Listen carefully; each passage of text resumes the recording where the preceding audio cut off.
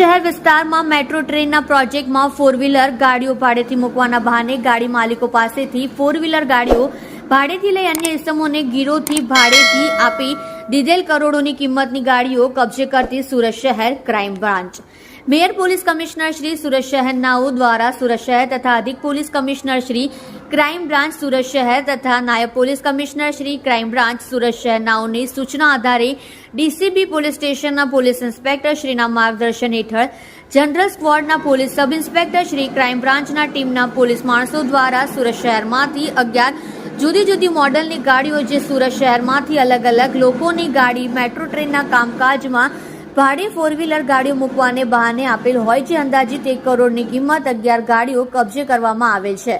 ઉપરોક્ત બનાવ અંગે હકીકત એવી છે કે સૌરાષ્ટ્ર તથા અલગ અલગ જગ્યાના લોકોને ખૂબ ઊંચા ભાડાની લાલચ આપી અને શરૂઆતમાં 2-3 ભાંસ ભાડું ચૂકવી દીધું, પછી ગાડીઓ મેળવી ત્યારબાદ આ ગાડીઓ અન્ય લોકોને આપી દીધેલ, જે આધારે ક્રાઇમ બ્રાન્ચ દ્વારા ભાડે તથા ગીરો રાખેલ લોકો પાસેથી 11 ગાડીઓ કબજે લેવામાં આવેલ અને જેમાં અમરોલી રૂરલ પોલીસ સ્ટેશનમાં ગુનો દાખલ થયેલ હોય